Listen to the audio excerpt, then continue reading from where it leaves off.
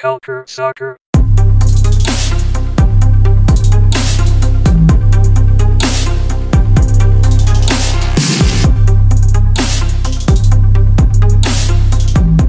Bonjour chers auditeurs et auditrices et bienvenue à Culture Soccer. Aujourd'hui à l'émission, pour la dernière émission pour les guides MLS, nous avons interviewé le maximum de comptes FR MLS sur Twitter et des journalistes et c'est désormais le dernier épisode. Au menu pour ce troisième épisode, Adi, moi-même et Antoine vous présenteront diverses équipes comme le Toronto FC, le FC Cincinnati, le Dynamo de Houston, le LAFC, les Timbers de Portland, le FC Dallas, le Rapids Colorado et Columbus. Tout d'abord, les gars, vous allez bien? Ouais, ça va très bien, et toi? Ça va très bien, merci. Toi, Adi? Ouais, ça va. Et vous? Ça va très bien, merci. On va aller directement dans le vif du sujet. On va parler de Toronto. Ça va être Antoine qui va parler de Toronto. Tout d'abord, Antoine, la saison dernière a été plus difficile pour Toronto, hein? Ouais, c'était un peu compliqué, surtout après avoir gagné la MLS Cup la saison d'avant. Mais ça a été ponctué avec une très belle performance en CONCACAF Champions, finaliste, et ils étaient vraiment à 2 doigts, ou plutôt à un penalty de gagner. Mais enfin, oui, le problème, c'est qu'avec toute cette histoire de CONCACAF, ils ont perdu beaucoup de temps, beaucoup d'effectifs, beaucoup de joueurs, et ils n'ont rien fait ensuite en MLS. C'était très compliqué. Malgré des belles performances fin de saison de temps à autre, ils n'ont pas réussi à se qualifier pour les playoffs. Et donc, ça a été une saison assez mauvaise en fin de compte pour Toronto. Oui, qui a quand même été décimé par les blessures, hein, n'est-ce pas? Ouais, notamment Vasquez pendant très longtemps, Jovinko, Mavinga, Moro, ils ont tous été blessés à un moment ou à un autre, Rumor aussi, et Jozy Altidore surtout, leur attaquant vedette, donc c'était très compliqué niveau effectif. Oui, et j'aimerais juste mentionner, Antoine, je ne sais pas si tu es d'accord avec moi, mais malgré les blessures, Toronto a eu beaucoup de problèmes en défense, indépendamment des blessures, même quand tout le monde était de retour. Qu'est-ce que tu penses de ça? Est-ce que c'est sûr que c'était le talon d'Achille de cette équipe, non? Oui, clairement. Ensuite, ils ont fait arriver des joueurs qui étaient pas mauvais défensivement, mais je pense que aussi quand tu joues pas assez tous ensemble, vu qu'il y a des blessures tout le temps, c'est un peu compliqué. C'était pas la pire défense de MLS, mais c'est clair que pour un champion en titre, c'était vraiment pas suffisant pour faire les playoffs, et c'était compensé par l'attaque qui était pas mauvaise, mais il y avait un peu de tout, et franchement, pour moi, les blessures, même quand ils étaient tous ensemble, peut-être ils ont fait quelques matchs tous ensemble, la défense. Donc, à chaque fois qu'il y avait un blessé, un problème, ça remettait en cause toute leur défense. Donc, je pense que c'est ça qui a été compliqué derrière. Oui, et d'ailleurs, là, dans un podcast plus tôt de cette saison, moi, Adi parlait que Toronto devait de se reconstruire, amener une nouvelle génération de joueurs désignés. Et on dirait que Toronto nous a écoutés, Adi, parce que Antoine, il y a eu dans les départs, là, il y a eu des gros joueurs qui sont partis, hein?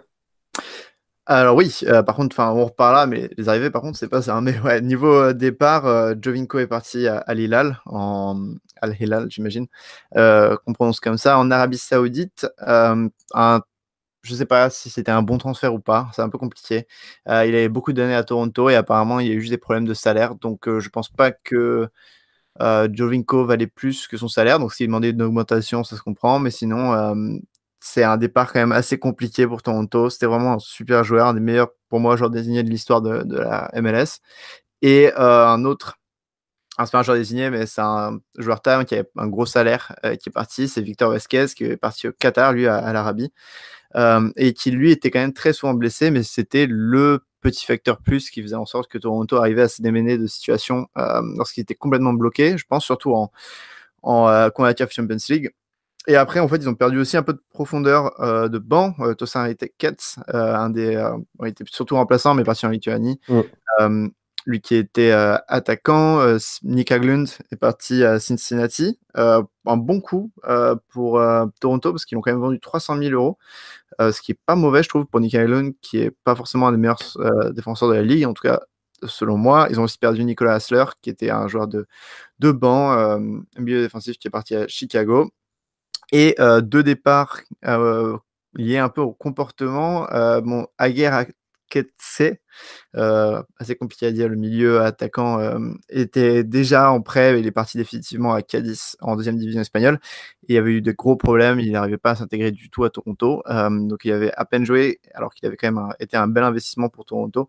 Donc c'est une grosse déception. Et puis le terrible Grégory Vanderville, qui après s'être apparemment après avoir un incident physique avec le coach, apparemment ils se sont échangés quelques coups. Il a été envoyé en dehors de cette équipe de Toronto. Donc voilà, quand même beaucoup de départs. Oui, effectivement, en fait, Vanderville, c'est un terrible flop. Je pense peut-être le plus grand flop de l'histoire de Toronto, en tout cas depuis très longtemps. Mais c'est ça, au côté d'arrivée, il n'y a pas eu grand-chose. En fait, on parlait de transition, Anthony et moi, la fois dernière, du fait qu'il faut commencer un nouveau cycle. Malheureusement, je vois des départs. Dans le côté des arrivées, on n'a pas l'air de commencer un nouveau cycle parce que il n'y a pas grand monde et ceux qui sont venus sont quand même pas très jeunes. Juste pour Vanderville, je suis pas aussi aussi défaitiste que toi. Par exemple, à Aketse, c'était beaucoup plus un échec que lui, alors qu'ils avaient à peu près le même salaire, je crois. Vanderville a quand même joué quelques matchs l'année dernière où il était plutôt solide, surtout en CONCACAF Champions. C'est dommage ça s'est fini comme ça, et du coup, son départ est un peu un gros fail, mais je pense que cette saison, c'était pas le pire défenseur en MLS qu'il y avait. D'accord. Mais qu'est-ce que tu penses des arrivées qui sont venues? Ça n'a pas l'air d'un nouveau cycle. Non, c'est nul. C'est clairement, je trouve, enfin, je comprends pas la stratégie. Toronto, ça fait 4-5 ans qu'ils sont sur du court terme, et ils continuent quand même à faire ça alors qu'ils ont un nouveau directeur sportif en plus, donc ça n'a aucun sens. Ils sont allés chercher pas un vétéran, 28 ans quand même, Nick DeLeon de DC United, qui est assez solide, hein, mais bon, c'est pas forcément, quand tu veux avoir la MLS Cup, à mon avis, c'est pas quand même la personne que tu vas avoir au poste de latéral droit. Laurent Simon est revenu de Dijon après 6 mois exécrables en France. Très bon défenseur, à mon avis, surtout son temps début de saison à l'AFC l'année dernière était très bon, Montréal aussi. Mais ces 6 derniers mois à Dijon étaient vraiment très mauvais. J'espère qu'il reviendra, enfin j'espère pour lui, parce que c'est un homme très sympa, mais j'espère qu'il se remettra un petit peu dans le jus pour essayer de remettre un petit peu la défense de Toronto en position. Et puis en attaque, ils sont allés recruter Terrence Boyd, un international américain de Darmstadt, en deuxième division allemande, que je ne connais pas beaucoup, mais qui n'a pas l'air d'être l'homme de la situation. En tout cas, c'est pas lui qui va remplacer Jovinko. Mais apparemment, ils sont encore sur un joueur désigné du RC Genk, Pozuelo. Mais Genk a du mal ne veut pas le donner tout de suite. Ils veulent attendre la fin des playoffs du championnat belge. Donc, c'est assez compliqué. Ils ne savent pas s'ils vont avoir ce joueur désigné avant la fin du mercato. Mais là, maintenant, avec les arrivées, c'est pas une équipe qui fait du tout les playoffs, je pense. Je sais pas si je suis le seul à penser.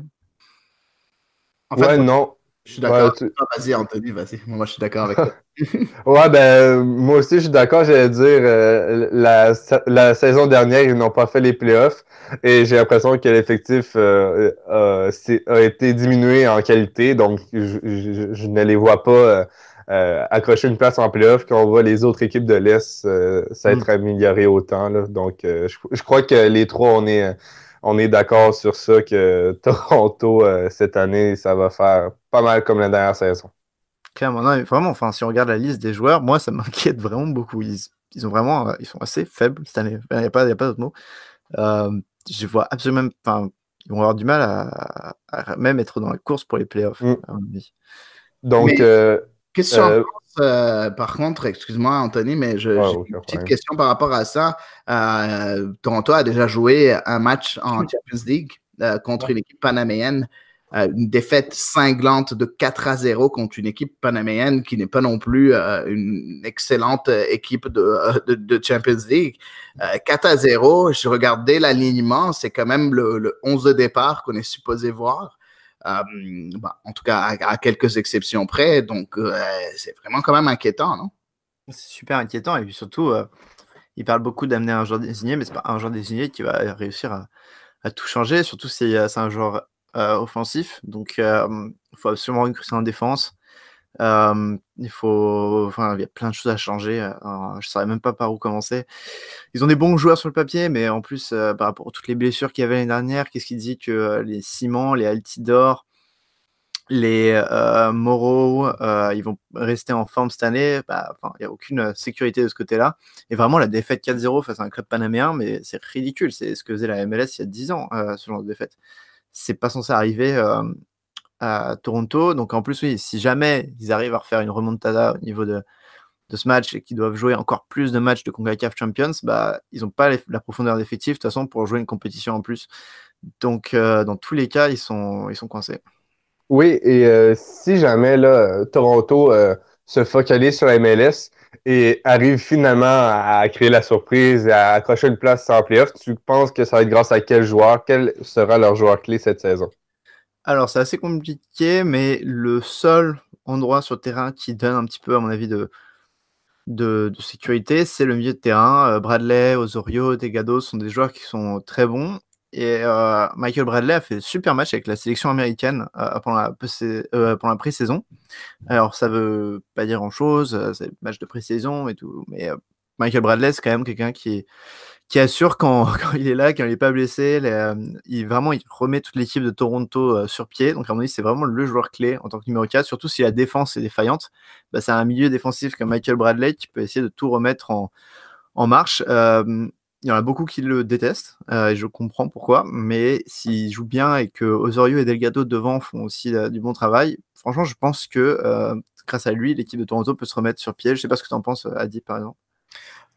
Oui, c'est un excellent joueur. C'est un des meilleurs milieux de relayeurs de la MLS, si ce n'est le meilleur.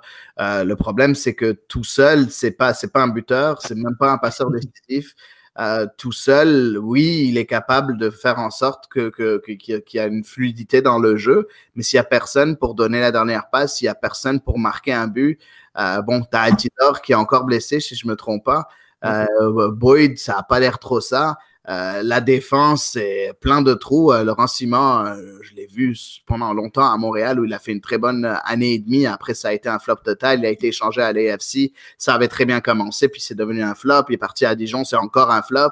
Donc, il n'y a pas de gage de sécurité. Puis Bono aussi, au poste de gardien de but, c'est un espoir, mais sauf que j'ai tendance à remarquer qu'il n'y a pas vraiment progressé depuis qu'il a fait ses débuts, en fait. Je vois pas une grosse progression chez Bono non plus.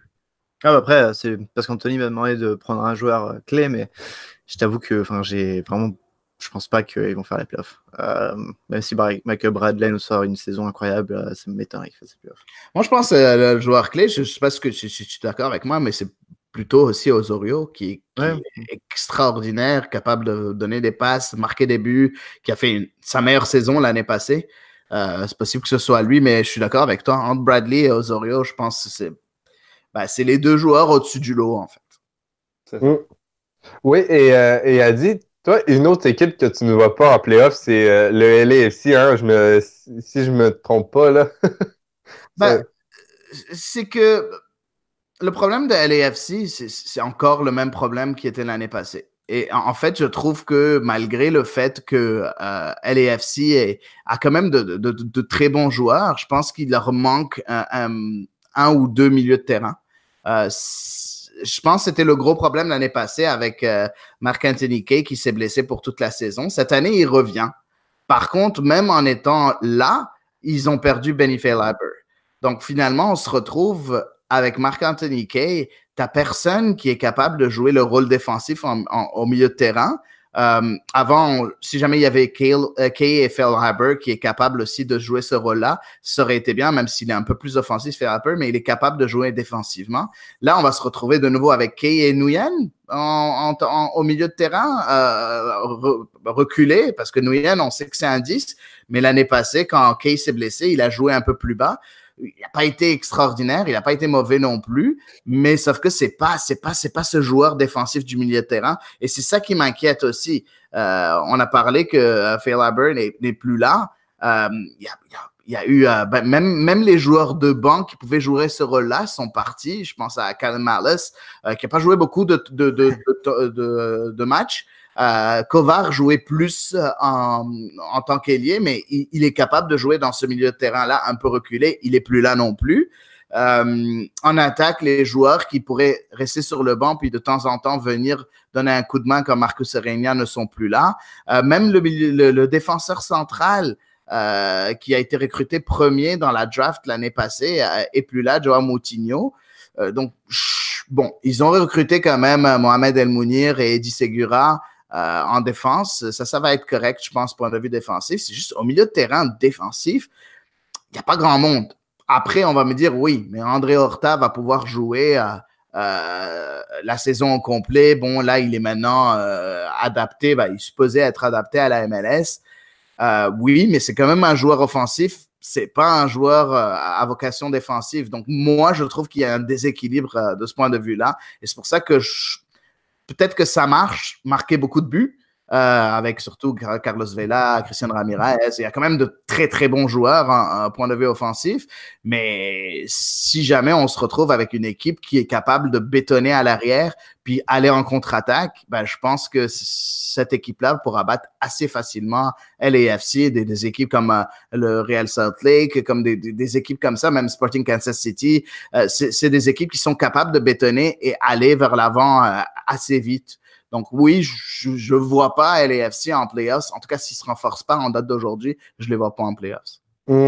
Surtout que on sait, une équipe d'expansion, le plus dur, c'est de vraiment créer une chimie. Et c'est assez bizarre quand on voit qu'après seulement une saison, il y a 11 départs. Là. Donc, tu sais, 11 départs contre, je crois, environ 7 arrivées. Donc, il y a le tiers du groupe qui va devoir se refaire une chimie. Je sais pas si tu comprends ce que je veux dire. Oui, tu as complètement raison. Il y a ce départ, il y a ces 11 départs-là. Bon, il y a juste 4 arrivées, en fait. Il y a eu 4 arrivées. Eddie Segura, Mohamed El Mounir, Rodolfo Zelaya, qui est un attaquant, encore, et un gardien de but, Cisniega, j'arrive pas à prononcer son nom, mais un gardien de but. Pourtant, c'est dommage parce que je trouve que Miller a fait une très bonne année l'année passée. Je vois pas pourquoi on achète un gardien de but. Je pense qu'il y a un gros trou au milieu de terrain. Et ça, c'est ça le oui. gros. Et juste pour préciser, il y a eu aussi 3 arrivées gratuites. Il y a eu un autre gardien, Philippe Ejmadou, un défenseur, Lamar Batista, et un attaquant, Adrian Perez. Donc, ça fait... dans le fond, il y a eu 4 arrivées par transfert et 3 par signature gratuite. Oui, effectivement. Mais ces 3-là, d'après ce que j'ai remarqué, c'est plus des joueurs de rotation, voire des joueurs de banc. Donc, c'est pas non plus... et comme tu l'as dit, revoyons tous ces arrivées-là. On n'a aucun milieu de terrain. Non, c'est ça exactement.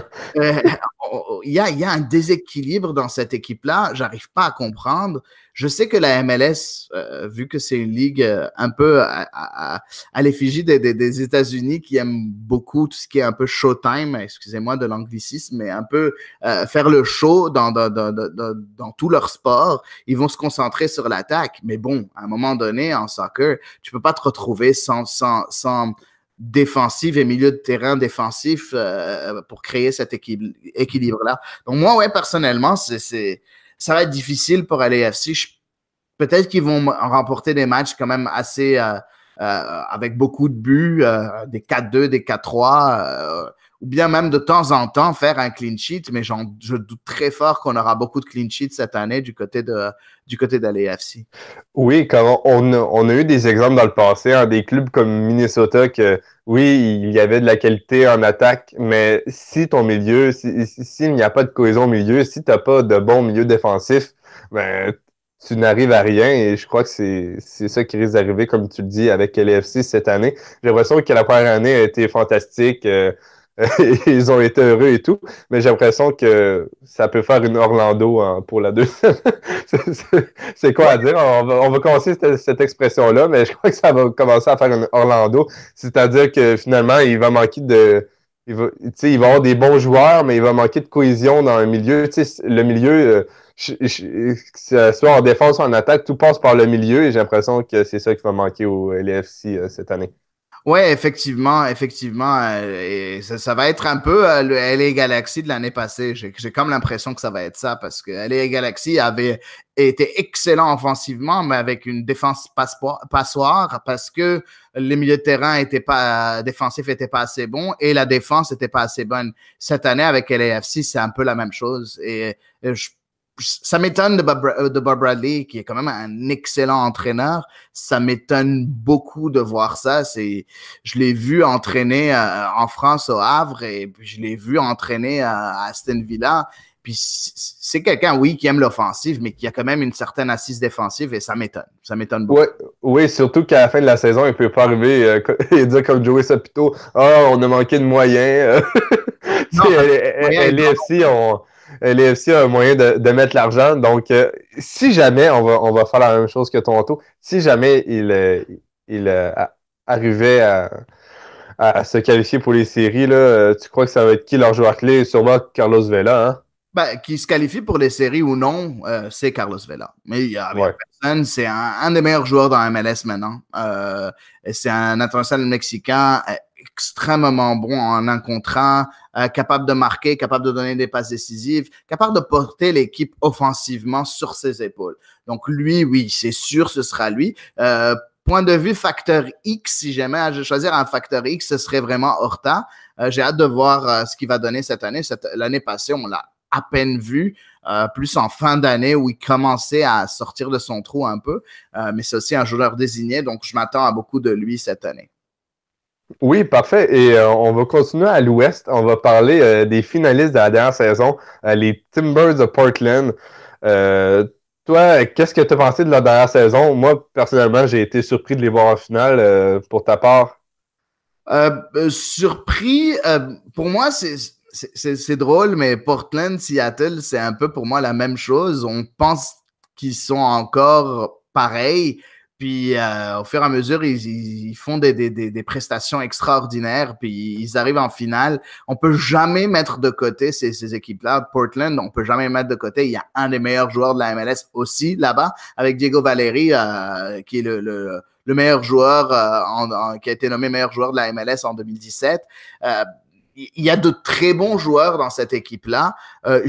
Il n'y a pas eu beaucoup de changements cette année, ni au rayon de départ, ni au rayon d'arrivée. Toi, je ne sais pas ce que tu en penses de ce qui s'est passé avec l'effectif. Je ne vois pas beaucoup de gros changements du côté des Timbers. Non, c'est ça. Il n'y a aucun gros joueur qui est parti, excepté peut-être Liam Ridgewell, qui était plus sur une pente descendante.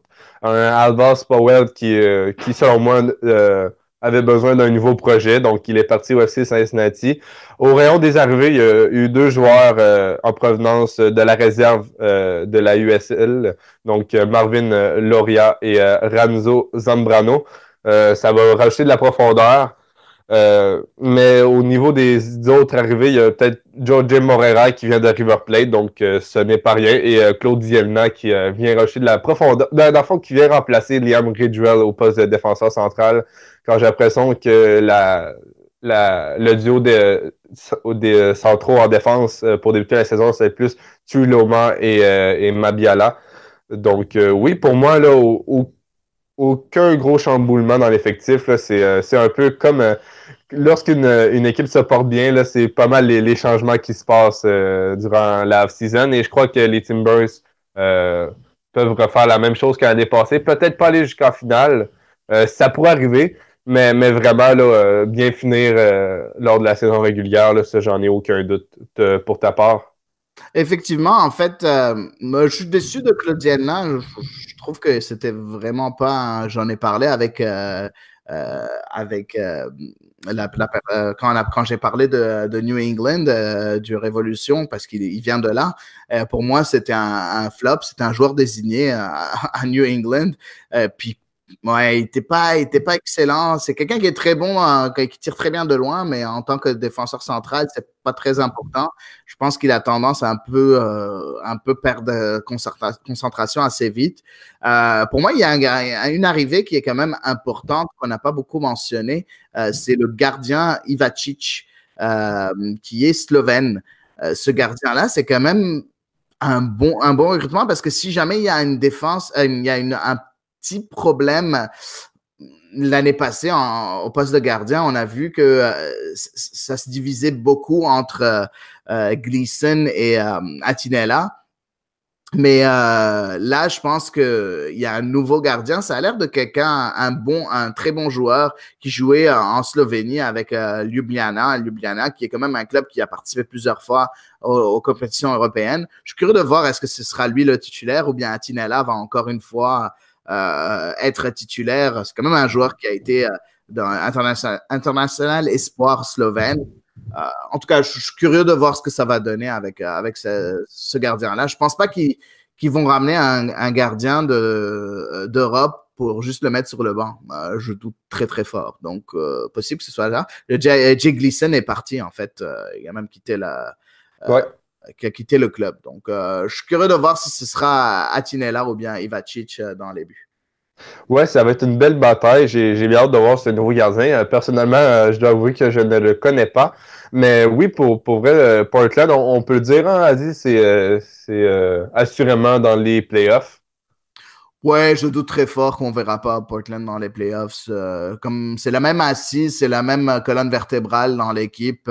C'est presque les mêmes joueurs, donc avec des petits changements, mais il faut mettre du 109 d'une année à une autre. Mais la colonne vertébrale, les joueurs clés sont toujours les mêmes. Et toi, tu penses qui, en parlant de joueurs clés, tu penses qui sera le joueur clé cette année? Pour moi, le joueur clé, ça va être Claude Dielna. Non, c'est une joke, ça va être Diego Valeri, mais je crois que Sébastien Blanco va le suivre de très près. Là. Je crois que c'est cette paire de milieux là, offensifs, là, sont tellement beaux à voir là, que honnêtement, je crois que cette année, ça peut être l'année que Blanco surpasse, pourquoi pas Valeri, mais vraiment, là, ça va être une chaude lutte entre les deux. Là. J'adore ces deux joueurs. Ouais, c'est vraiment de très, très, très bons joueurs, même si, bon, ils commencent à prendre un peu d'âge, mais n'empêche, ils sont pas vieux non plus. Si je me trompe pas, Valeri a 33 ans, donc c'est pas très, très vieux. Blanco est beaucoup plus jeune, par contre, je me rappelle plus de son âge, mais je pense qu'il est dans la vingtaine encore. En tout cas, les deux Argentins, oui, c'est eux qui portent l'équipe offensivement, donc c'est ça. Très hâte de voir tout ça. Et on va rester encore dans l'Ouest. Hein, Adi, on aime l'Ouest, nous deux. On va y aller avec le Dynamo de Houston. Hein, dernière saison un peu plus difficile. Hein, Adi? Oui, une saison extrêmement difficile pour le Dynamo de Houston. C'est drôle parce qu'ils ont quand même gagné la US Open Cup. Ce qui a fait en sorte qu'ils sont en CONCACAF Champions League. Et en fait, ils ont remporté leur premier match en Champions League, ce qui est quand même à l'extérieur en plus, si je ne me trompe pas. Donc, c'est quand même pas mal pour un début. Le problème de Houston, c'est toujours le même. C'est que ça va très souvent vers l'attaque. Pourtant, malgré ils n'ont pas de mauvais joueurs défensifs, mais ça va tellement souvent vers l'attaque que c'est comme genre, ils oublient de défendre. Et c'est ça qui leur a coûté plusieurs défaites et une défense vraiment catastrophique l'année passée. Donc, je suis curieux de voir. Puis Cabrera, ça fait 2 ans de suite que c'est la même chose. C'est l'entraîneur de Houston. C'est comme si son système de jeu est comme ça. Si je regarde sur les départs de Houston, tu as 8 défenseurs qui sont partis, qui ont re-signé, mais qui est Demarcus Beasley, le vétéran américain. Mais sinon, il y a 7 défenseurs qui sont partis. Oui, j'ai mal entendu, mais oui, Beasley a re-signé, par exemple. Exactement. Je l'ai dit, il a effectivement. C'est bon. Donc, 8 défenseurs qui sont partis, mais un de ces 8, c'est Beasley qui a re-signé, effectivement. Et ils ont signé quand même des défenseurs. Ils sont partis chercher Chris Duval de l'Impact de Montréal, qui est un joueur, un latéral droit qui est assez défensif. C'est pas quelqu'un qui va ramener beaucoup d'attaques, mais il est physique. Il pourrait faire un bon travail au poste de latéral droit. Ils sont partis amener un joueur d'Italie, de Palermo. Avec Struna. Donc, je suis intéressé de voir ce qu'il va pouvoir faire. Puis, le vétéran Figueroa aussi qui a signé. Bon, il est un peu trop vieux selon moi, mais est-ce qu'il va faire l'affaire? On verra. Oui, et moi, j'ai vraiment hâte de voir la bataille au poste de latéral droit. Hein. C'est vraiment un poste lors de la dernière saison que Houston n'arrivait pas à combler. Même Andrew Wenger a joué à ce poste-là. Ça l'a même poussé à la retraite à la fin de la saison. Il a dit non, moi, je ne vais plus jouer défenseur droit, j'arrête le foot. Mais oui, c'est ça. Ça va être. J'ai vraiment l'impression que ça va être une bataille entre Chris Duval et Marlon Hairston qui peut jouer à ce poste-là. Donc, deux joueurs que j'ai l'impression qu'ils ont vraiment un niveau semblable. Marlon Hairston a été bon dans le début de sa carrière, mais on dirait que lors des dernières années avec Colorado, c'était un peu moins bien. Et Chris Duval, c'est un bon joueur. Hein, a dit, toi, tu as pu le voir à l'Impact. C'est un bon défenseur droit de MLS.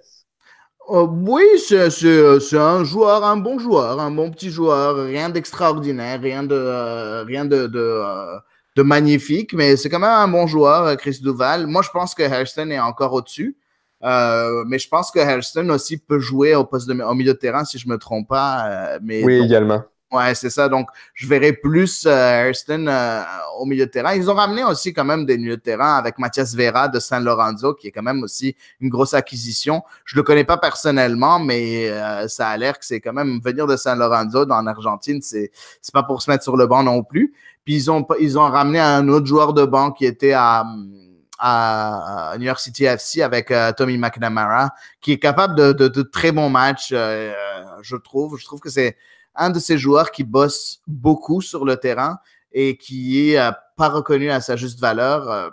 Je suis curieux de voir si jamais il va pouvoir vraiment performer avec Houston. Mais je trouve quand même que c'est léger. Je ne vois pas Houston en playoffs non plus. Je ne sais pas ce que tu en penses, toi.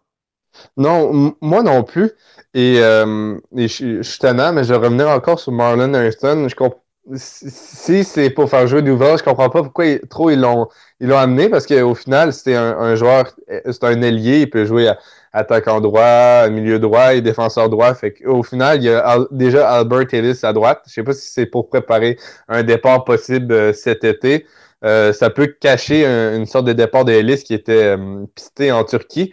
Donc, mais oui, pour revenir là, à Houston, je crois que c'est pas une équipe qui s'est réellement améliorée. Il y a eu, oui, des ajouts de qualité, mais je crois pas que c'est ça qui peut faire la différence pour les faire monter au classement. Je crois que ils vont finir l'année là un peu au même rang là, entre la 8e et la 9e place, parce que vraiment à l'ouest, là, c'est vraiment du solide. Là. On en a parlé dans nos derniers podcasts, mais des équipes comme San Jose se sont améliorées.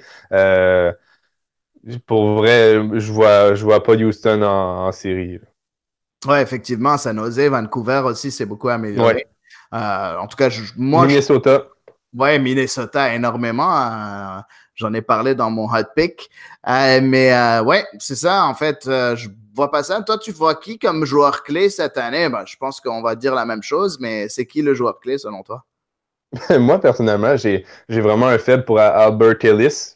J'ai l'impression que ça va être grâce au trio offensif, là, Ellis, Manotas, Kyoto. J'adore. Pour moi, un des meilleurs trios offensifs de la ligue, là, quoi qu'on peut en penser. Donc oui, vraiment, là, ça va passer par Albert Ellis, selon moi.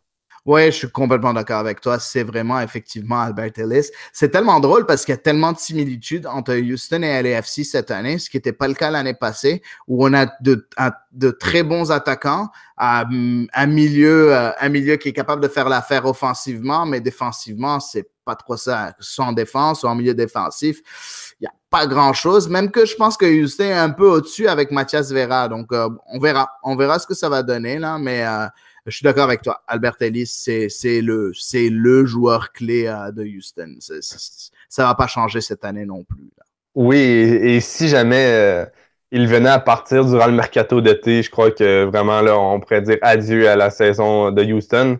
Car j'ai l'impression qu'ils vont être dans la bataille des dernières places qualificatives, mais sans jamais l'atteindre. Donc c'est tout pour Houston.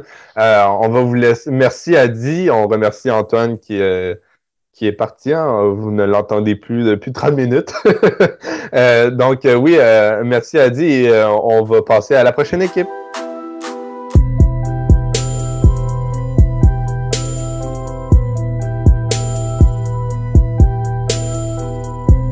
Donc, nous sommes aujourd'hui avec Emeric, qui est le CM du compte FR de Cincinnati. Salut Emeric, ça va bien aujourd'hui? Ouais, ça va et toi?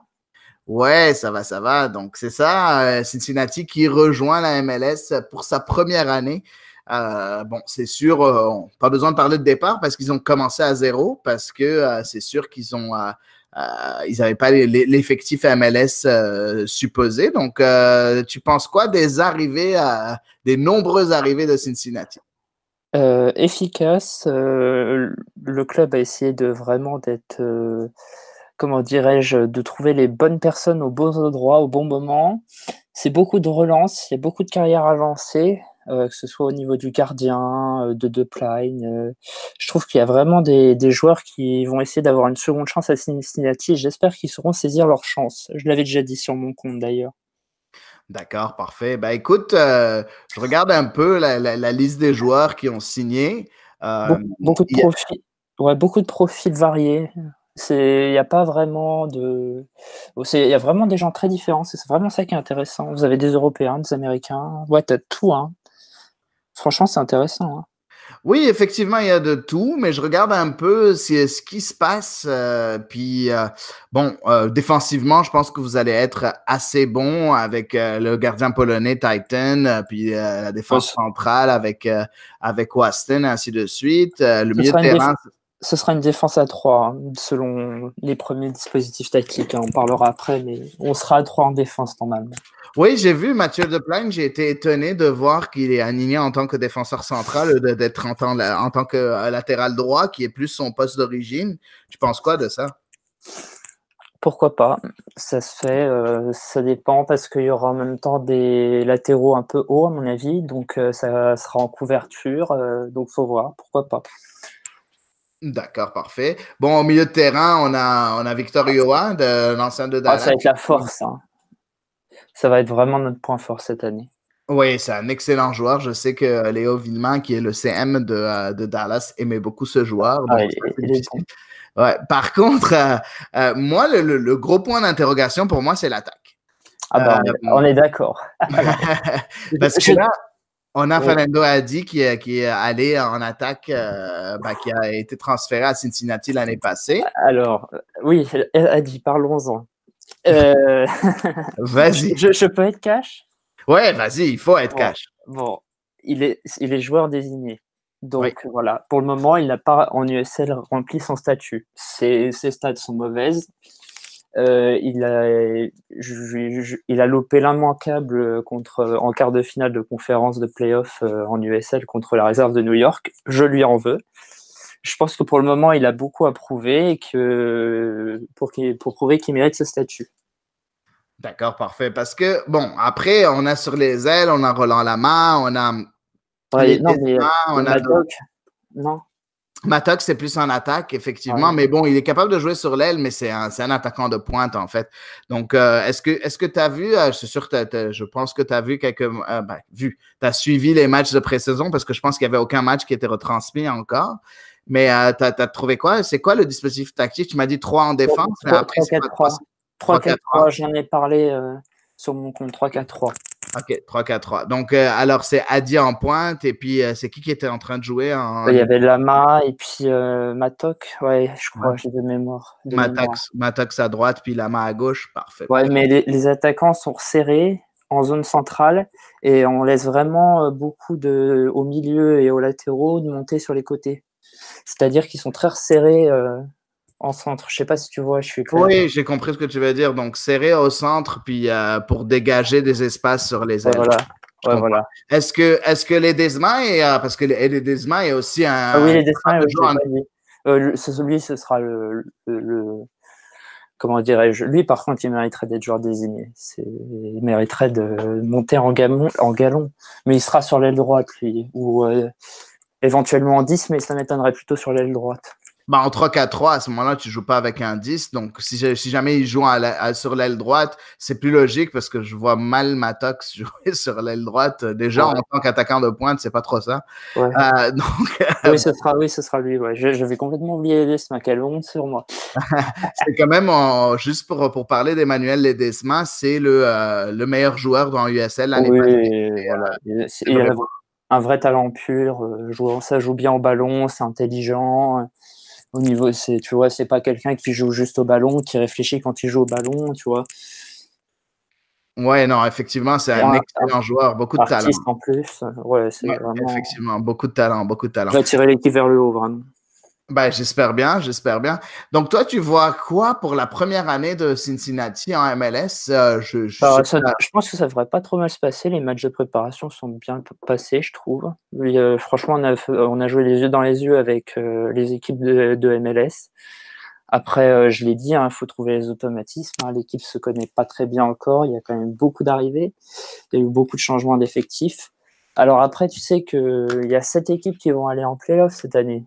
Oui, effectivement, on a 7 équipes, mais tu penses qu'ils seront dans les 7? Ils peuvent faire 6-7 si ça se découpille pas trop mal.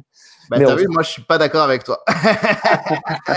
Moi, je trouve pas que Cincinnati a ce qu'il faut pour faire les séries de sa première année. En tout cas, avec l'effectif que je vois ici, je pense pas du tout qu'ils feront Oui, mais vraiment, c'est dans le meilleur des mondes, mais on fera pas dernier. Je pense qu'on fera pas dernier. Non, je pense pas que vous ferez dernier. J'avais dit dans mon prono à MLS en français, j'avais dit 6-12e, entre 6 et 12, ça serait pas mal. Bon, 12, c'est avant-dernier, quand même. Oui, j'avais dit 6, en gros, dernière, tu vois, à l'époque, j'avais dit 7-12, donc tu vois, dans les places, entre guillemets, deuxième partie de tableau, ou alors vraiment qualifié ric-rac, quoi. D'accord, parfait. Et pour toi, donc, qui est le joueur clé de Cincinnati cette année? On a parlé un peu de Ledesma. Est-ce que tu penses que ce sera lui ou il y a quelqu'un d'autre? Bon, il va y avoir... Lama semble avoir pris son pied, là. Il commence à bien s'intégrer. Ouais, Ledesma. Et puis, ils vont s'appuyer sur Adi, de toute façon. Mais est-ce qu'il va avoir les épaules? Ça, c'est pas sûr. Non, mais c'est ça, le joueur clé, le meilleur joueur. Si jamais je veux parler de Cincinnati... quel est le joueur qui sort du lot? Oui, c'est l'équipe 2. Quel est ce joueur-là? C'est Ledesma. C'est Ledesma. OK, parfait. Même s'il est passé, s'il est mis en avant quand même par la franchise, mais oui, on va dire Ledesma. En tout cas, j'ai hâte de les voir jouer, moi, à Cincinnati. Oui, il va y avoir du jeu. Moi, je suis abonné de saison de l'Impact de Montréal, donc je vais sûrement aller voir à Montréal jouer. Ouais. Et j'espère voir quelque chose de bien. Ouais. En plus, je suis pas très confiant pour Cincinnati, malheureusement. Ça, on verra bien, mais le public sera au rendez-vous. Ah oui, ça c'est beau. Ça, c'est beau. J'ai hâte de voir l'ambiance à Cincinnati. Le stade va être construit. On va être sur 25 000 places. Le stade, il commence à être construit là. On va être à 25 000 places là. Ouais. Ça va être pas mal. Ouais, ça va pas mal. Le club, il y a 2 ans d'existence, 2-3 ans. Oui, c'est ça. C'est comme la plupart des clubs maintenant, ils commencent à avoir cet engouement. L'engouement est là, est bien là. Par contre, on n'aura pas d'équipe en USL ou en équipe réserve. Ce que j'avais envoyé un mail au club et il m'avait confirmé qu'il n'y aura pas d'équipe réserve cette année. Oui, c'est ça. Il faut aller petit à petit. Je pense que maintenant, leur but principal, c'est vraiment de solidifier leur présence en MLS. Voilà, pour le moment, c'est juste MLS. Il n'y aura qu'une équipe première. Et voilà, donc il n'y aura pas d'équipe en League One ou en Championship. J'ai l'impression de parler. Voilà. Ouais, parfait. Écoute, Amérique, merci beaucoup de ton temps. C'est tout ce qu'on va faire pour Cincinnati dans ce petit guide MLS. Ouais. On se reparle. Suivez le compte FR de Cincinnati qui est extrêmement intéressant. Puis on se reparle durant la saison, bien évidemment. D'accord. Je te remercie, Adi. Merci à toi. À bientôt. Je raccroche. À bientôt.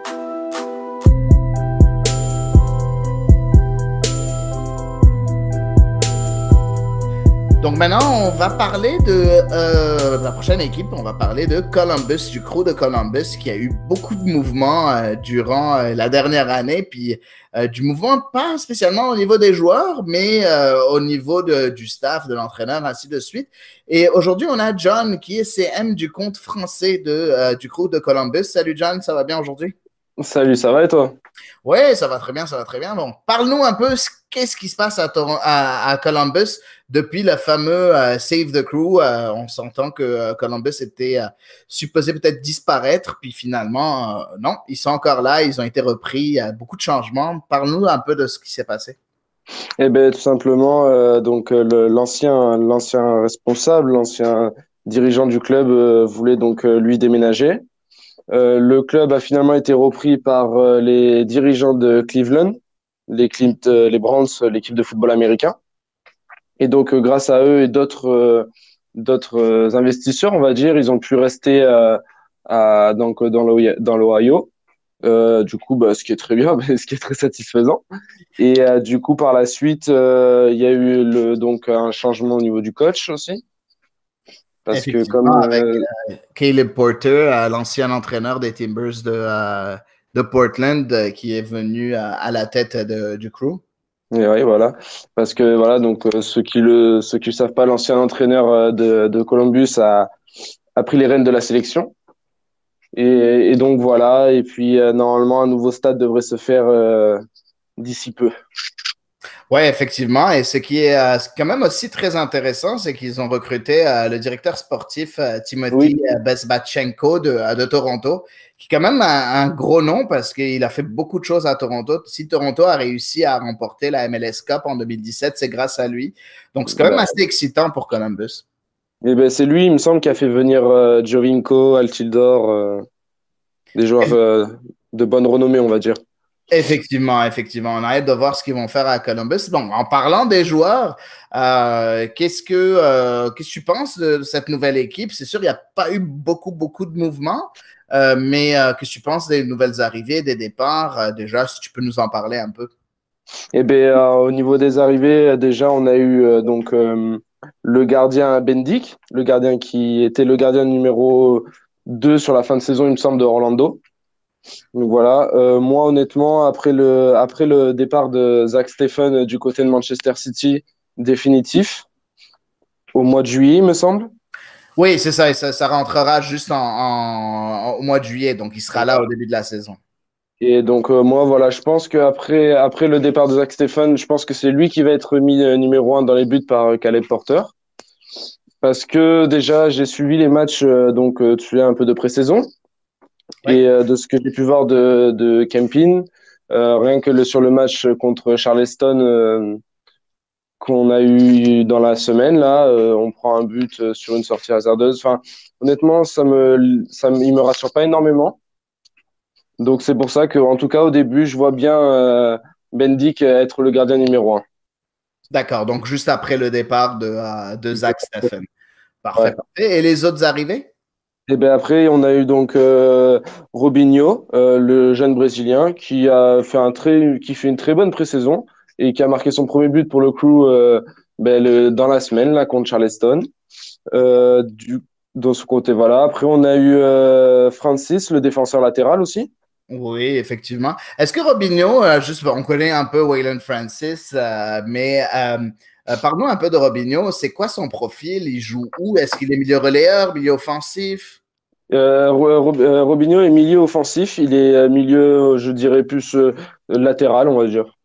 C'est un poste qui lui convient très bien parce que c'est un petit gabarit. Il me fait penser un peu à Jovinko dans son ensemble parce qu'il est petit gabarit, assez dribbleur et il a l'air d'avoir une bonne finition. D'accord, donc c'est plus quelqu'un qui va être beaucoup plus offensif qu'un milieu Ouais, ouais. défensif ou quoi que ce soit. Quel est le dispositif tactique de Columbus maintenant? Est-ce que tu m'as dit que tu as suivi certains matchs. Est-ce que il joue encore en 4-2-3-1 ou est-ce que tu as une idée de comment il joue? Le dernier match que j'ai vu, il jouait à 4, donc 4 derrière. Au milieu de terrain, il me semble que c'était du 4-2-3-1, ouais. OK, parfait, Du parfait. 4-2-3-1. Excellent, ben, c'est intéressant. Moi, j'ai hâte. Il y a un de mes joueurs préférés à Columbus qui est Milton Valenzuela, qui est le latéral gauche argentin que j'adore. Je trouve qu'il est extraordinaire, super jeune. Bon, c'est un joueur désigné aussi, un jeune joueur désigné et non pas un joueur désigné. En tout cas, j'ai hâte de voir. Tu penses quoi toi, pour Columbus? Si jamais je te dis, tu penses que Columbus va faire les séries comme l'année passée? Qu'est-ce que tu penses par rapport à ça? Eh ben, je pense que Columbus peut le faire parce que il n'y a pas eu exactement énormément de mouvements comme peut-être dans certains autres clubs de MLS parce que je pense que Caleb Porter a voulu garder, tu sais, comment dire, une osmose avec la saison dernière parce que c'est vrai que la saison dernière, en soi, le crew a fait une bonne saison. On s'est fait sortir par l'équipe des New York Red Bulls. Mais sur sur 2 matchs qui étaient malheureusement, où New York a bien abordé le match, quoi. Ouais. Mais je les vois continuer sur cette série-là et ouais, se qualifier en tout cas pour les playoffs. Parfait. Ben, en tout cas, au niveau de départ, il n'y a pas eu grand monde, à part Mike Grella et puis Adam Jan, Christian Martinez, qui sont 3 joueurs de banc. Donc, il n'y a pas eu de gros départ. Je pense qu'effectivement, c'est à peu près la même équipe avec juste des joueurs de banc, des joueurs de rotation qui sont partis et des joueurs de banc, des joueurs de rotation qui sont venus, à part Robinho, ça a l'air que tu me dis sera plus dans l'effectif de départ. Donc finalement, l'équipe s'est un peu renforcée même par rapport à l'année passée. Et tu penses quoi si jamais j'ai à te dire, il y a un joueur clé à Columbus, qui c'est? Est-ce que c'est encore le talisman de l'équipe, le capitaine Federico Higuaín, ou est-ce que tu vois quelqu'un d'autre? Alors, je pense, pour moi, ce serait encore Higuaín sur cette saison. Même si je pense que avec la saison qu'a passé Zardes, parce qu'il a vraiment cette année, il a vraiment passé une bonne saison, il a marqué pas mal de buts. Je pense qu'il peut qui peut en faire partie des joueurs justement qui vont permettre au crew de passer un cap. Mais principalement, je vois plus Higuaín dans ce rôle-là. Parfait. Excellent. Ben, c'est sûr que c'est Higuaín, c'est le capitaine. C'est le joueur qui est là depuis 2012 déjà. Donc, il se plaît bien en Ohio. En tout cas, c'est très intéressant pour Zardes. J'espère qu'il va enfin avoir une saison de confirmation parce qu'à chaque fois que Zardes fait une bonne saison, il y a les 2 saisons suivantes, il déçoit. Donc, j'ai hâte de voir maintenant qu'il est placé en attaque en pointe, qu'il est maintenant de nouveau retrouvé l'équipe nationale. J'espère qu'effectivement, tu as raison et qu'il va pouvoir faire une deuxième saison de choix. Ben, écoute, John, je veux te remercier pour le temps que tu as pris avec nous. On reste en contact, on va se suivre et c'est sûr qu'on va sûrement se reparler durant la saison. Ouais, ben écoute, merci à toi en tout cas. Ben, ça fait beaucoup. Ça fait plaisir. Ben, passe une très bonne journée. Merci, toi aussi.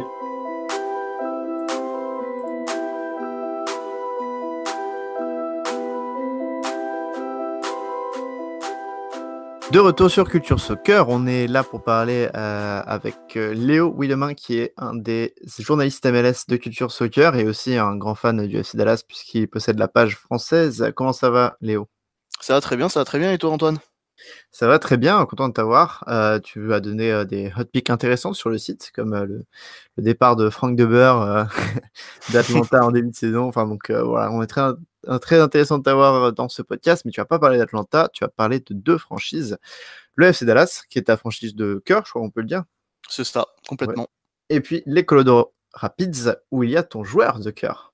Et oui, enfin un de mes joueurs de cœur, parce qu'ils sont nombreux, mais ouais, il y a Kevin Acosta, et ça reste dans le cœur. Et il va falloir qu'on en parle. Ouais. Donc, on va commencer avec ces Rapids. On va essayer de faire ça rapidement. 10 minutes. On va commencer à en parler très rapidement. La dernière saison, c'était pas une saison incroyable pour Colorado. Non, pas du tout. Bon, ça reste dans la continuité de la saison 2017, si je me souviens bien, qui était vraiment complètement pourrie. Ça fait longtemps qu'ils n'ont pas eu les playoffs. Je crois que ça fait depuis 2015, si je me trompe pas. Ça fait 2016 qu'ils ont fait une finale de conférence. Ouais. Donc ça reste dans le même mood, sachant qu'il y a eu un nouvel entraîneur qui s'appelle Anthony Hudson, qui connaissait pas du tout la MLS, qui arrive, c'est l'ancien sélectionneur de la Nouvelle-Zélande et du Bahreïn. Donc c'est un sélectionneur, il avait pas trop l'habitude. C'est son 2e club derrière. Avant, il avait entraîné Newport Country. Donc on est arrivé, il y avait 2 problèmes fondamentaux chez les Rapids, c'était l'attaque et la défense en fait. C'était particulier, mais C'est deux déjà, problèmes quand même. C'est problématique quand même quand ta défense ouais. et ton attaque ne vont pas bien. C'est qu'il y a Ah un ouais, problème. alors ça, donc bon, déjà, faut dire, l'attaque, le meilleur buteur, c'est Dominique Badji. Dominique Badji, il a fini avec 7 buts Mhm. et il est parti en milieu de saison à Dallas. Le deuxième meilleur buteur, c'était un défenseur, c'était Tommy Smith. Et le troisième meilleur buteur, c'était un latéral gauche, c'était Edgar Castillo. Donc bon, voilà, on peut dire ce qu'on veut, mais il y avait un gros problème. Et ensuite, en termes de défense, avec Tim Howard, qui a causé un petit peu l'élimination contre Trinidad et Tobago, on s'en souvient tous, des États-Unis. Et après, bon, il y avait vraiment un gros problème de transition aussi, défense-attaque. C'est pour ça qu'a été recruté Kevin Acosta en juillet. Ça fait partie, il y avait trop nombreux problèmes. C'est pour ça qu'au Mercato, il y a vraiment eu des achats assez intéressants, dont on parlera après. Mais voilà, après, ce qui leur a plombé, c'est leur fin de saison où ils ont aligné du 20 août jusqu'au 7 octobre. Ils ont fait que perdre. Ils ont pris 6-0 contre Salt Lake. Ils ont pris 3-0 contre Atlanta, 4-0 contre Seattle, 3-0 contre Los Angeles. Donc c'était vraiment problématique pour eux. Et ça leur a jamais, ils ont jamais réussi à vraiment remonter la pente. Sauf quand ils ont battu Dallas, qui les a empêchés de finir en barragiste d'ailleurs. Mais voilà, donc Anthony Hudson, c'est une saison, la saison qui va venir, ça va être une saison charnière pour lui parce que ça va être soit il va réussir à créer une osmose, soit il va partir. C'est la simple et bonne raison parce qu'il a rien apporté. Il avait une des choses qu'il avait apporté avec lui, il a apporté, je me souviens, 3 ou 4 internationaux néo-zélandais qu'il connaissait dû à son travail à la sélection. Et je crois qu'il y en a pas mal qui sont partis en plus.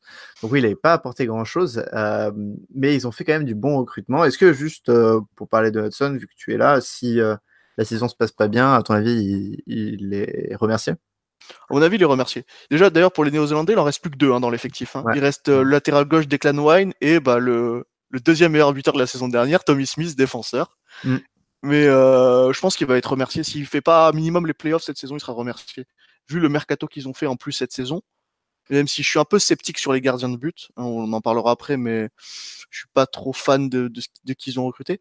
Mais cette saison, c'est la saison charnière. C'est un peu comme pour Minnesota, Adrian Heath. C'est vraiment des entraîneurs qui sont sur la sellette avant même que la saison commence. Et s'il y a une mauvaise série qui débute, s'ils perdent vraiment assez facilement, ça pourrait être problématique. C'est une évidence. Et bien, avant de parler des arrivées, on va parler juste des départs pour voir un petit peu ceux qui sont partis. Sur le papier, il n'y a pas vraiment. Bon, tu as dit Dominique Badji était parti à mi-saison.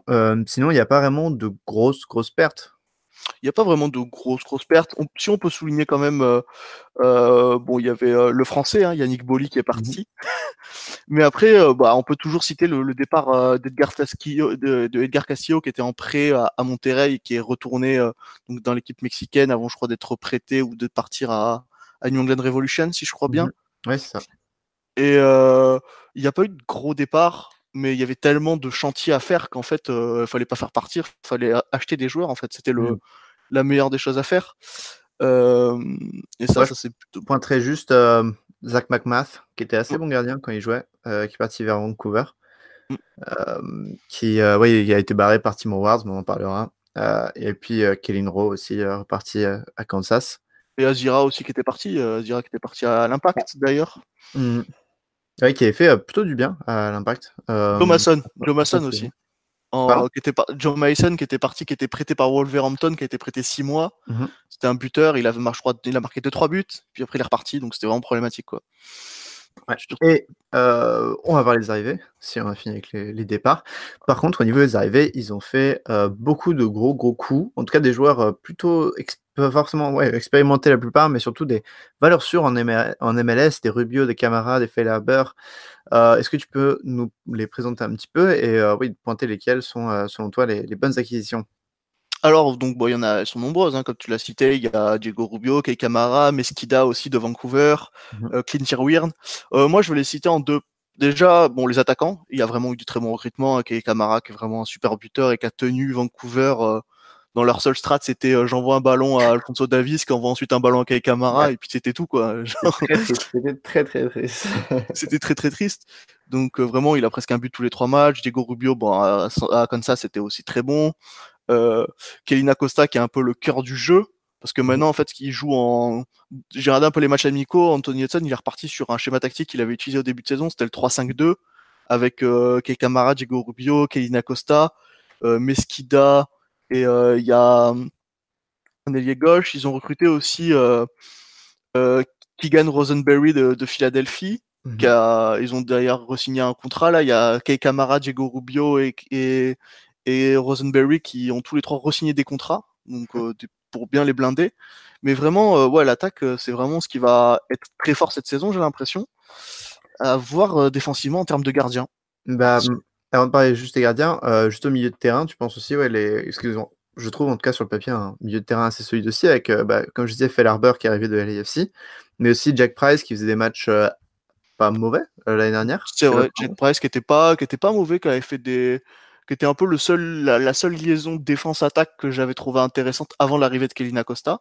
Mais ouais, c'est vrai que le milieu, bon, c'était pas un point fort, enfin, c'est un peu le point fort de l'équipe en fait, le milieu, parce que c'est la seule chose qui était correcte. C'est vrai qu'ils sont un peu gardé la même ossature. Après, s'il y a un buteur, il y a le buteur, ça va faire plaisir à College Soccer. Au compte, c'est André Chignaski qui a joué quelques matchs amicaux et qui a l'air de pas trop mal se débrouiller sur le front de l'attaque et qui pourrait se mêler à la course au titulaire avec Diego Rubio, Kei Kamara, et je pense qu'il va pouvoir gratter quelques petites minutes l'attaquant brésilien. Et puis il y a toujours Gachi aussi qui est là. Il y a toujours Kashi qui est là. Mais visiblement, de ce que j'avais vu, c'est qu'il n'était pas trop dans la rotation sur les matchs amicaux. Bon, ça veut pas dire grand chose. Hein. Ce soir, il y en a un autre d'ailleurs contre Los Angeles Galaxy. Donc, je sais pas trop.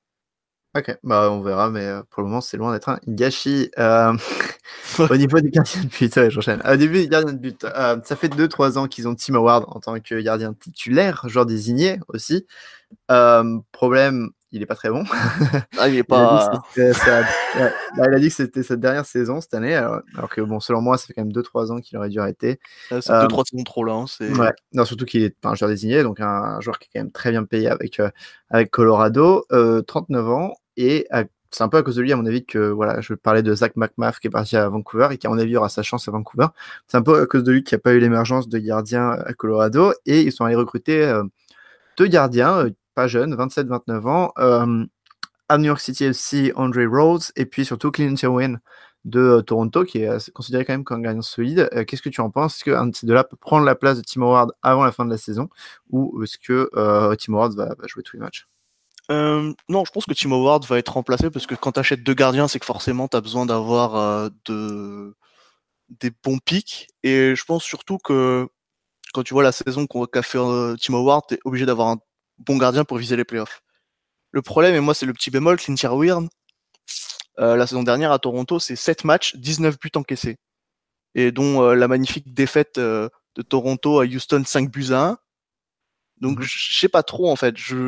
Je pense que André Rolls, pourrait tenir un peu les rênes de l'équipe, mais lui il vient du USL, donc c'est là où il a joué. Il a été prêté par New York City.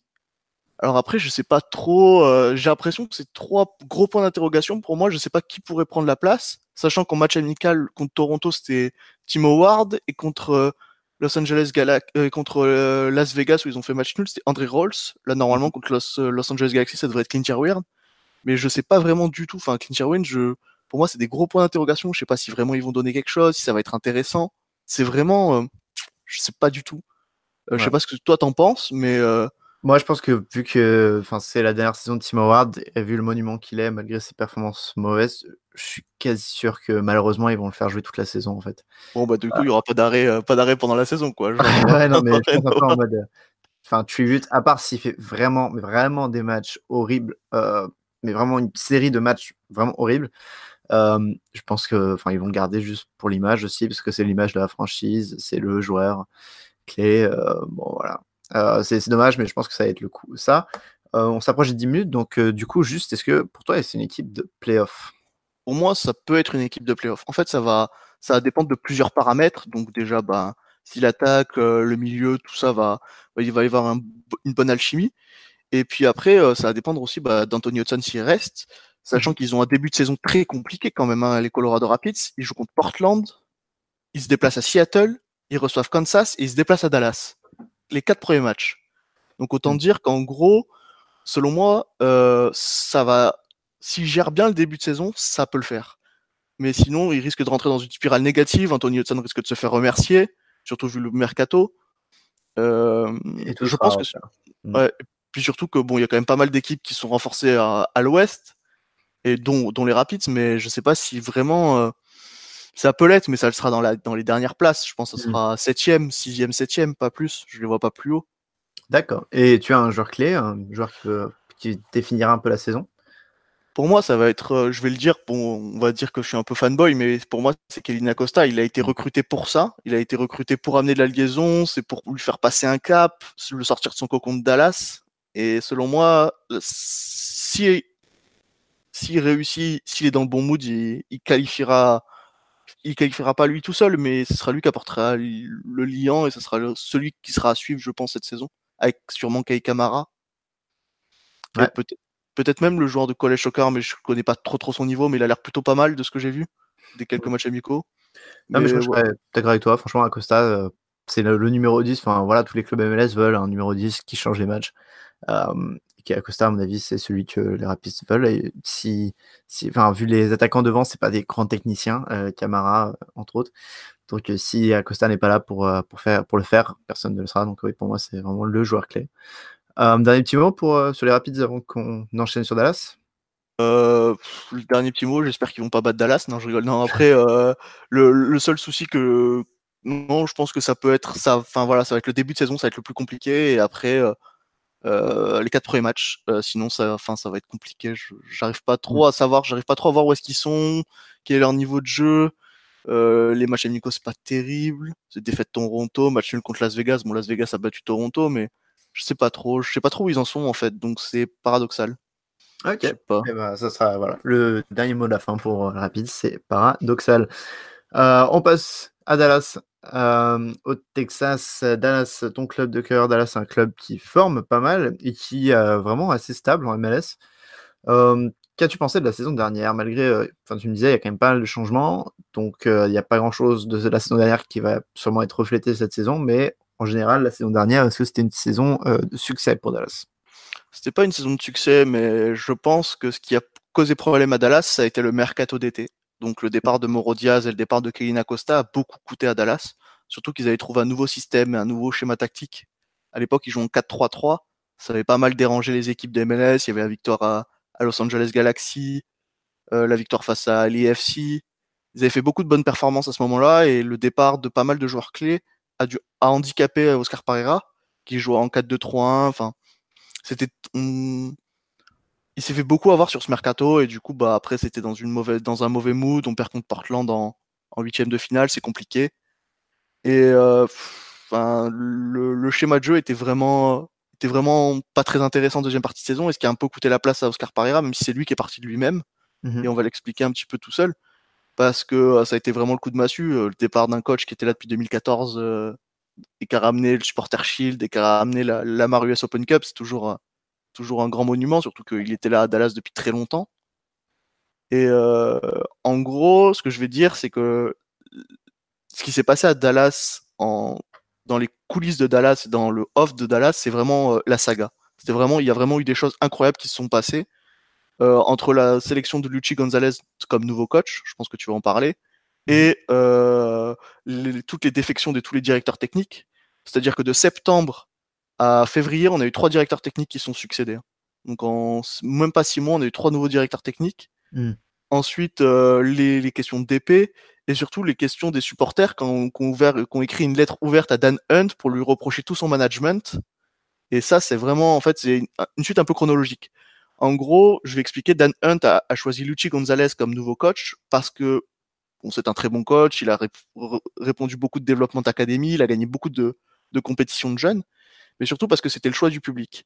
Et en gros, Dan Hunt, qui est le gérant de l'équipe, a été beaucoup tensé par les supporters par une lettre ouverte des Dallas Beer Guardians qui a indiqué qu'en gros, il s'était plus occupé donc de Dallas, l'organisation, avec la création du National Soccer Hall of Fame. Je sais pas si tu en as entendu parler. Ouais, c'est le musée. Voilà, c'est le musée pour plaire à Don Garber, le commissionnaire de la MLS. Mais en fait, il s'est pas du tout occupé de l'équipe. Et en gros, ça a pas mal coûté. Les supporters étaient très mécontents. Qu'en plus, la gestion de leur communication, où en fait, il gère pas du tout la communication du centre de Dallas, mais que de Fort Collins, qui est la partie nord-est de Dallas. Et donc en fait, il touche presque pas de public, pas de médias locaux, une communication complètement pourrie. Et en fait, Dan Hunt a choisi Luchi Gonzalez parce que c'était le choix du public. Beaucoup de gens le voulaient, que ce soit dans les différents groupes de fans. Tout le monde voulait que ce soit lui, en fait. Pas que ce soit Jason Kreis, pas Caleb Porter, personne d'autre que ce soit lui. Et c'est pour ça qu'il a été choisi. Ensuite, en termes de directeur technique, ça a été un bordel. Il y a Fernando Claviro qui est parti pour cause de leucémie et il est mort en février. Rip à lui, hein, c'est un des grands hommes. Et ensuite, on a eu, comment il s'appelle? C'était Luis Muzzi, qui était un mec qui a rien à voir avec le sport de général, qui a eu des contrats et qui a été un ancien qui a reçu des diplômes en droit, en économie, qui est très bon, qui était derrière Fernando Claviro, qui est parti à Orlando en octobre. Et maintenant, on a ce nouveau directeur technique qui est arrivé en provenance de Grêmio Porto Alegre et qui a d'ailleurs signé. C'est lui qui a permis le transfert entre Neymar et Barcelone. Donc c'est vraiment bon directeur technique. Et tout ça, ça crée un micmac en off-saison. Bon, on n'en a pas trop parlé parce que parce que Dallas a souvent comment appeler ça, souvent nettoyé son linge sale en privé, mais ça a pas mal fait le bruit dans tout ce qui était les médias locaux et tout. Et c'est vraiment un peu problématique, mais finalement, de ce que je vois, c'est que ça se sort bien en fait, finalement. On arrive au début de saison et en fait tout s'est bien emboîté alors que ça partait n'importe comment dans toutes les directions et en fait finalement on est arrivé et ça s'est bien emboîté à une semaine. Bah oui, mais je peux me parler si tu veux de ton nouveau coach, Luchi Gonzalez, d'où il vient très rapidement. Encore tous les départs et transferts à faire. Il vient, il a eu une carrière de joueur un peu étonnant où il a été pick donc après le collège soccer par San Jose, il est parti en Suède, puis il est revenu au Minnesota Thunder, il a joué au Colorado Rapids, et en fait après il a été recruté par Sheila Sinman pour s'occuper de l'académie quand il a fini sa carrière, et après il a monté tous les échelons jusqu'à devenir directeur de l'académie, et ensuite il est devenu coach. Donc, comme a fait Oscar Pereira dans son temps avant d'arriver à Dallas. Donc c'est la continuité. On va parler maintenant un petit peu des transferts, parce qu'il y a beaucoup de transferts, je trouve. Enfin, pas mal de départs de cadres.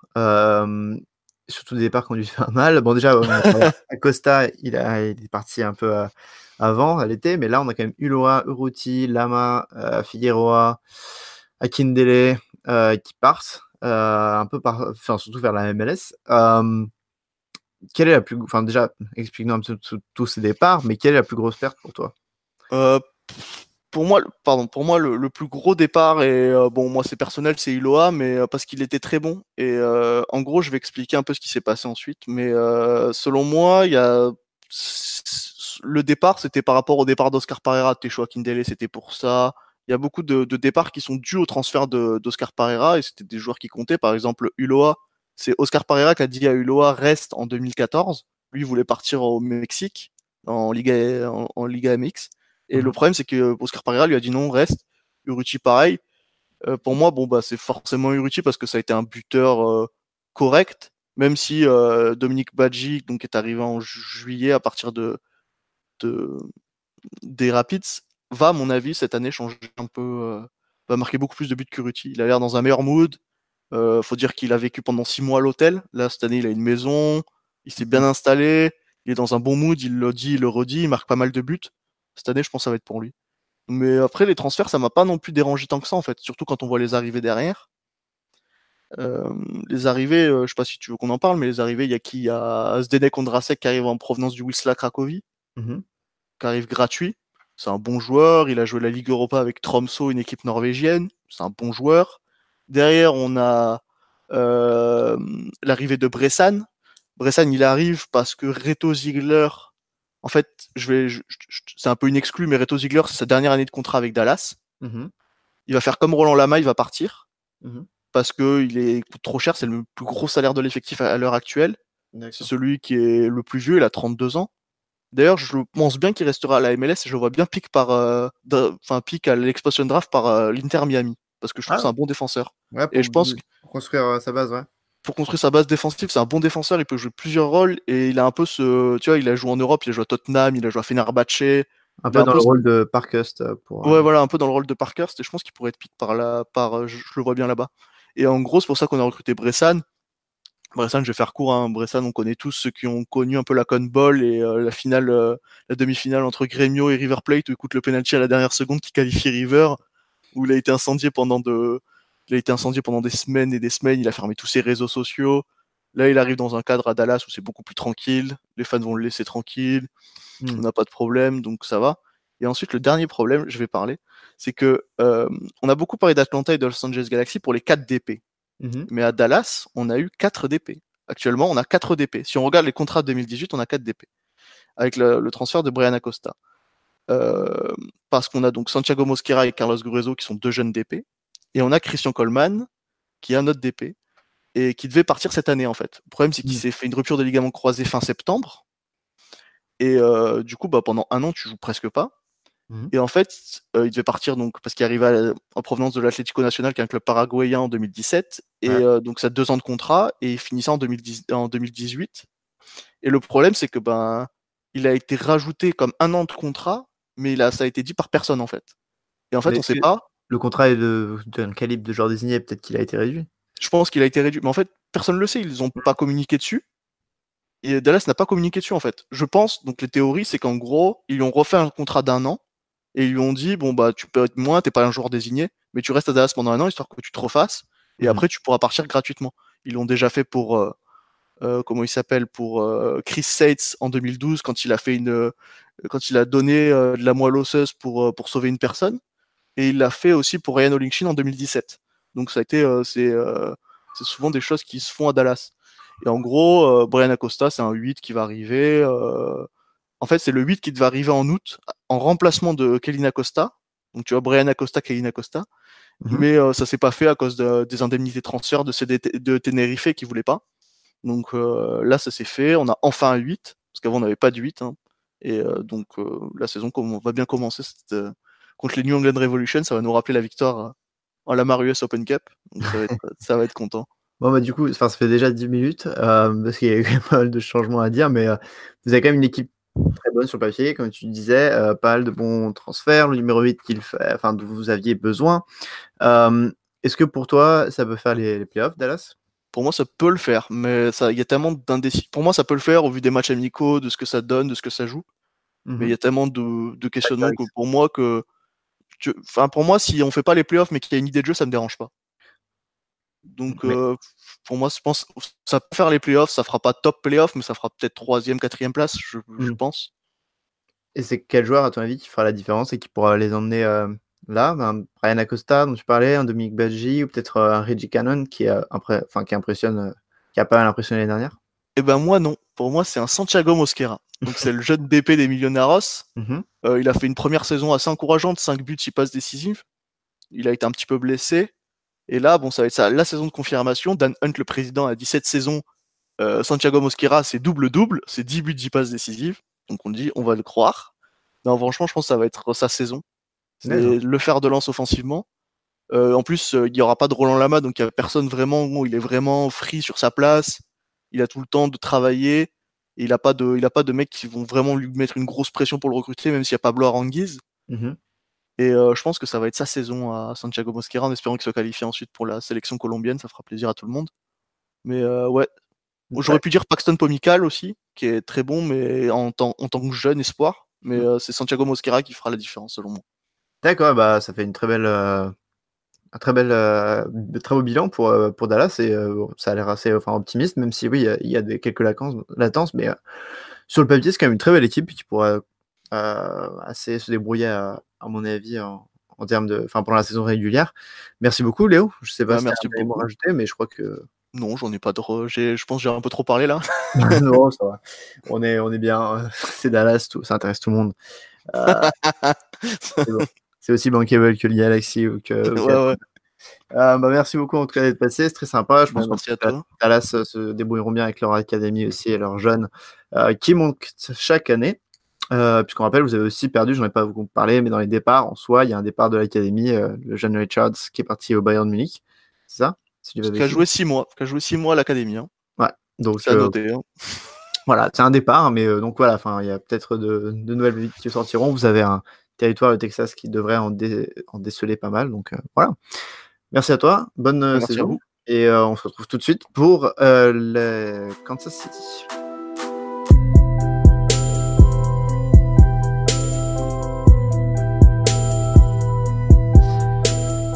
Rebonjour sur Culture Soccer, on est maintenant avec Nicolas, le gérant de la page française du Sporting Kansas City. Comment ça va, Nicolas? Bonjour, ça va très bien et toi? Très bien, merci d'avoir accepté notre invitation. C'est très sympa de ta part et tu seras le dernier compte à passer aujourd'hui, puis dernier de la pré-saison. Alors déjà, est-ce que tu peux nous dire un petit peu ce que tu as pensé de la saison dernière du Sporting Kansas City? Alors bon, tout d'abord, je m'attendais pas à ce qu'on réalise une saison comme ça, aller jusqu'au bout de la finale de conférence. Et voilà, après on a fait une très bonne saison, on a fini premier de notre conférence et bon voilà, après on s'est incliné en finale contre Portland, en finale de conférence, mais voilà, c'était plutôt une bonne saison. Ouais, plutôt une bonne saison et puis vous avez eu un nouveau centre d'entraînement en plus Oui, voilà. ouvert, donc pas mal de changements dans l'équipe et c'est une équipe qui était plutôt bonne sur le papier. Tu penses qu'il y avait pas mal de choses à faire pendant les transferts ou il y avait peu de monde à recruter? Je pense surtout au niveau de l'attaquant numéro 9, je pense. Après, je pense qu'on a une équipe, on a une très bonne équipe. Il nous manque juste un très bon numéro 9 pour pouvoir marquer quand il faut. C'est ça, et la recherche du numéro 9, ça a été un peu la saga de toutes vos transferts, mais vous avez finalement pas vraiment pris de numéro 9 à part un peu pendant le mercato estival juste avant. Donc vous allez sûrement commencer cette année sans nouvelle recrue poste de numéro 9. Est-ce que tu penses que attends, avant de parler des attaquants, on va parler peut-être des départs. Est-ce que tu penses que c'était déjà une erreur de laisser partir Diego Rubio, qui était votre attaquant jusque-là, et Gary Shelton? Shelton, moi, je trouvais pas je trouvais pas très bon avec nous. Par contre, Rubio, ouais, ça me fait un peu chier parce que il est jeune et il a du potentiel, donc il aurait pu nous apporter. Il nous a déjà apporté enfin vers la fin de saison. Il était très important et ouais, je comprends pas pourquoi on n'a pas gardé un joueur comme ça. D'accord, et dans les autres départs, il y a aussi Aiki Opara, votre capitaine et patron de la défense. Ouais. Tu penses que c'est un joueur qu'il fallait libérer ou parce que vous avez quand même reçu pas mal d'argent en contrepartie? Ouais, voilà, en contrepartie, on a reçu de l'argent, donc je sais pas, on verra cette saison. À la mi-saison l'an dernier, on a recruté Fontas, un joueur formé à Barcelone, donc on va voir ce que ça va donner. On verra sur les prochains matchs. D'accord, et le dernier départ, Brad Evans, est-ce qu'il était surtout remplaçant l'année dernière ou est-ce qu'il jouait un peu? Non, il était remplaçant, je crois qu'il a dû. Je sais même pas s'il a fait un match, Ah, je me rappelle plus. OK, bah, il a pris sa retraite de toute façon, donc Ouais. il sera pas de retour. Et dans les arrivées, par contre, il y a pas mal de draftés, mais aussi des joueurs offensifs comme Kellen Rowe de Colorado. Est-ce que tu penses qu'il sera titulaire l'année prochaine? Je pense pas qu'il sera titulaire parce que l'attaque, je pense que l'an dernier, on l'a trouvé avec Russell. Là, il y a Nemeth aussi qu'on a pris en milieu de saison l'an dernier qui il a marqué là face à Toluca. Donc, je pense pas. Il va être remplaçant, mais je pense qu'il rentrera en cours de match. Et voilà, après, on a recruté Hurtado aussi Mhm. comme attaquant, mais aussi, je pense pas qu'il jouera parce que pour l'instant, Nemeth, il a fait des bons matchs. Donc, voilà, on Mhm. verra. Et un autre milieu que vous avez pris, c'est Ronnie Wallace de New York City. Donc à gauche, tu penses aussi qu'il va pas jouer vu qu'il y a aussi Saloy, Russell Ouais, je pense pas que le coach sorte Saloy pour mettre, après pour mettre Wallace, mais on verra. Mhm. Vu que Saloy il a fait une grosse saison l'an dernier, il est en train de monter en puissance là, donc. D'accord. Et je sais pas si tu as pu voir un peu les matchs de pré-saison ou si tu as entendu parler un peu de Botan Barras, votre nouvel défenseur nos défenseurs qui remplace Opara. Non, j'ai pas vu les matchs de pré-saison, mais je crois il a pas joué, il a pas joué le match de Ligue de la CONCACAF là, Mhm. et je sais pas si ce sera lui ou Fontas qui jouera à la place de d'Opara. Bah, on va passer à ton équipe, si tu veux, comme ça on va pouvoir en parler. Tu penses que ça va être qui en défense du coup? Fontas avait fait des bons matchs l'année dernière? Fontas, il a pas trop joué l'an dernier. Je crois qu'il a fait qu'un match, lui. Mhm. Mais là, apparemment, il a fait un très bon match contre Toluca en CONCACAF. Donc, je pense que ça sera lui qui remplacera Opara. Après, sur les côtés, ça sera Suzy et Sinovic et Bessler en défense centrale. C'est un 4 de défense assez vieux, non? Sucy et Bessler, ils sont pas tout vieux. Sinovic non plus, en plus, je crois. Ouais, c'est vrai on a une défense un peu vieille. Et le milieu de terrain, est-ce que tu penses que Guterres va enfin réussir à prendre la place qu'il devrait avoir? Parce que c'est quand même un super milieu, mais qui a toujours du mal Enfin, il est jamais, par exemple, dans les tops de la MLS ou quoi que ce soit, alors que c'est un milieu qui a pas mal de potentiel. Bah, le problème, c'est qu'apparemment, il s'est blessé. Enfin, cette saison, il a été souvent blessé. Mhm. Il a démarré très fort et il s'est blessé très longtemps. Je crois il a été absent 3-4 mois. Donc après, c'est sûr que pour lui, c'est dur de revenir. Mais s'il se blesse pas durant la saison, il va nous apporter parce que c'est un très bon joueur. Et on l'a vu l'an dernier, au début de championnat, on survolait tout avec lui. Et à ses côtés, tu vois qui est au milieu de terrain? Bah, déjà, il y a Sanchez. Lui, Mhm. c'est la sentinelle de l'équipe. Je pense que ça bougera pas. Et après, peut-être Espinoza voilà, il est pas très régulier, donc on verra cette saison. Et Johan Croiset peut le remplacer aussi. Euh, donc Bah, on verra. en parlant de Johan Crozet, ouais, donc c'était un numéro 10 français que vous aviez acheté, mais qui a pas joué vraiment titulaire cette année et qui a fini même à la fin de l'année en tant qu'arrière latéral. Tu penses qu'il va pouvoir être titulaire cette année ou ça va toujours être compliqué pour lui? Non, je pense que cette année, il fallait un petit temps d'adaptation, je pense. Mhm. Arriver au championnat. Je pense que cette année, il pourra montrer. Le coach le connaît mieux maintenant aussi, puisqu'il il connaissait pas trop en début de saison, parce qu'ils l'ont recruté comme ça. Donc, je pense qu'il peut avoir sa place dans cette équipe à la place de Espinoza, oui. Et tu penses que c'est l'année de l'émergence pour votre aussi? Vous avez un jeune de 16 ans, Bouzio, qui a été signé pro. Est-ce qu'à ton avis, il peut déjà à 16 ans jouer quelques petits bouts de match? Oui, l'an passé, il a déjà rentré quelques matchs, donc oui, oui, il peut avoir lui aussi sa chance. Et on a recruté aussi un autre joueur de 16 ans, là, j'ai vu, Freeman. Mhm. Donc, c'est bien, le club, il fait confiance aux jeunes et c'est très bien. Ouais, et du coup, ça nous laisse l'attaque. Tu as Russell, Gerso, Saloy, comme on disait, Kellen Rowe que vous avez recruté, et puis de bons avant-centres, dont Christian Nemeth que vous avez acheté l'année dernière. Tu penses voir qui est titulaire, et est-ce que tu penses que c'est assez ou il va falloir recruter un peu pendant l'été? Déjà, je pense sur les côtés, Russell et Gerso, ça bougera pas parce que voilà, Gerso, il a fait un match magnifique contre Toluca. Mhm. Ça a été le meilleur joueur.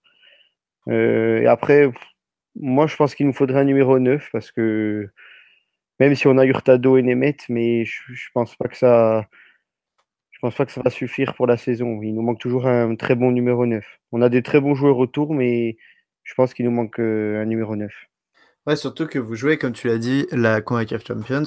Vous avez gagné le premier match 3-0 contre Toluca. Est-ce que tu penses que Kansas va essayer de la jouer sérieusement? Oui, oui, je pense que les joueurs, ils veulent la jouer. Voilà, l'an dernier, on n'a pas réussi à jouer cette coupe, donc je pense que cette année, oui, ils veulent la jouer. Après, il faudra faire attention parce que l'an dernier, on n'a pas eu trop de blessés vu qu'on n'avait pas ces matchs-là, mais voilà, il va falloir faire attention cette année. Ouais, avec l'accumulation des joueurs, j'imagine. Des matchs, pardon, les joueurs peuvent se blesser, en effet. Et tu penses voir ton équipe dans le top 3 devant ou plutôt dans le ventre mou de la conférence Ouest et un peu une qualification à l'arrache? Non, je pense qu'on va continuer sur notre lancée. Voilà, on a une très grosse équipe, je pense. Mais non, je pense qu'on va finir dans le top 3 cette année, oui. Ok. Et est-ce que tu as un dernier petit joueur pour finir ce podcast à nous conseiller, une petite pépite, ou alors justement un joueur peut-être plus connu, mais qui pour toi va vraiment influencer la saison? Bah, les joueurs que moi j'ai vu le résumé de quelques matchs, je pense que notre attaque Russell et Gerso, je pense que c'est eux qui vont emmener l'équipe au plus haut. Mhm. Voilà, en marquant des buts, en faisant des passes décisives. Voilà, je pense que ces deux joueurs, ils sont à surveiller. Ok, bah moi j'espère juste voir un peu plus de l'américano-italien Gianluca Busio, seulement 16 ans, mais pas mal d'espoir en son nom. Bah, merci beaucoup Nicolas, t'as un dernier mot pour Merci à finir un vous. petit peu je sais pas si t'as une dernière mot Non. sur Kansas ou... Non, rien du tout. Merci. Merci à vous. Bah, merci à toi. Et sur ce, ça clôt le 3e épisode de Culture Soccer. Merci beaucoup de nous avoir écoutés pour tous ces guides de toutes ces franchises. C'était long, mais c'est sacrément bien avec tous ces acteurs des comptes français, de Twitter, ces journalistes. J'espère que vous avez bien aimé. Je vous souhaite à tous une très bonne saison MLS. N'hésitez pas à nous suivre sur Twitter, sur Spotify. N'hésitez pas à suivre bien sûr le compte français Kansas City sur Twitter aussi. Et on se retrouve pendant toute la saison pour des podcasts chaque semaine et pour des articles sur la MLS sur notre site. Merci à tous et bonne soirée, bonne journée suivant l'heure à laquelle vous écoutez.